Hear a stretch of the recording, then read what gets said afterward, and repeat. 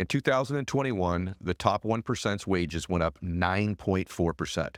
The top 0.1% went up 18.5%.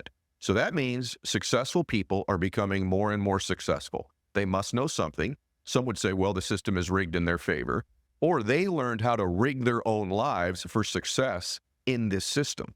No matter how you see it, the bottom line is the top 1% income went up almost 10% last year, and the top 0.1% went up almost 20%.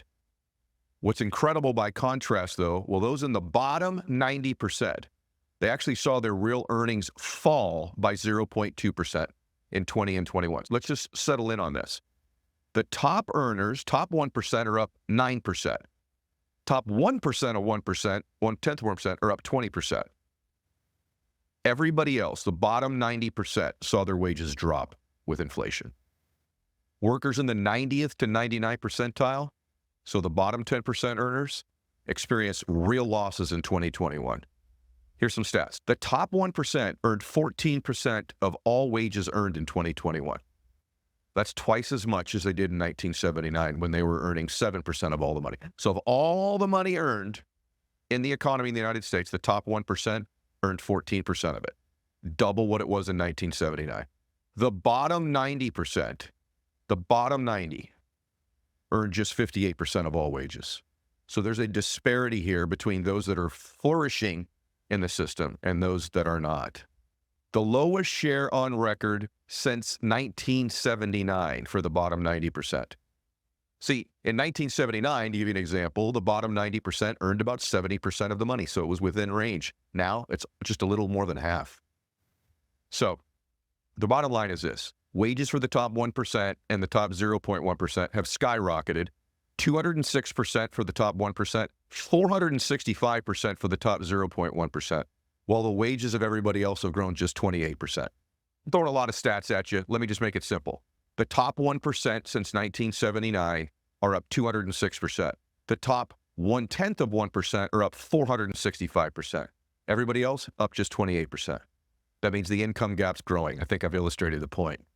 On an annual basis, the bottom 90% wages have grown only 0.6% a year, which is not even close to inflation. So we're falling behind, 90% of us are. There's no really such thing as the bottom 90%. It's just everybody. So here's what's really interesting. It's a great article in CNBC that I'll put up on the screen on YouTube, and it doesn't matter if you're on audio, I'll just tell you what the article says. It says the average American thinks they have to make $1 million a year in order to be wealthy. They think they have to make $1 million a year. Well, that's interesting because less than 1% of all people make more than $1 million a year. Now, and that'd be cool to do it once, wouldn't it? The odds are 99% you're not going to make $1 million in a year. By the way, how many people do you believe make $1 million 5 years in a row? So it becomes their income. Do you know what percentage of people do that? 0.1%. 0.1% of all people, only 80,000 people in the United States, have actually made $1 million a year 5 years in a row. 80,000 people out of a country of 370 million. Now, of those that make the income 5 years in a row, you ready for this? If you take out hedge fund managers, venture capitalists, you are down to less than 0.25% of people. If you take out professional athletes, it's even lower. So now you're talking about 24,000 people, somewhere between 24 and 50,000 people under the age of 60 make $1 million a year consistently in the United States. So you can't even fill up the average football stadium in the United States with people under 60 years old who aren't in those fields that make $1 million a year. You're talking about 24,000 people. So now here's what's crazy. So that's probably not going to happen, although it should be your ambition.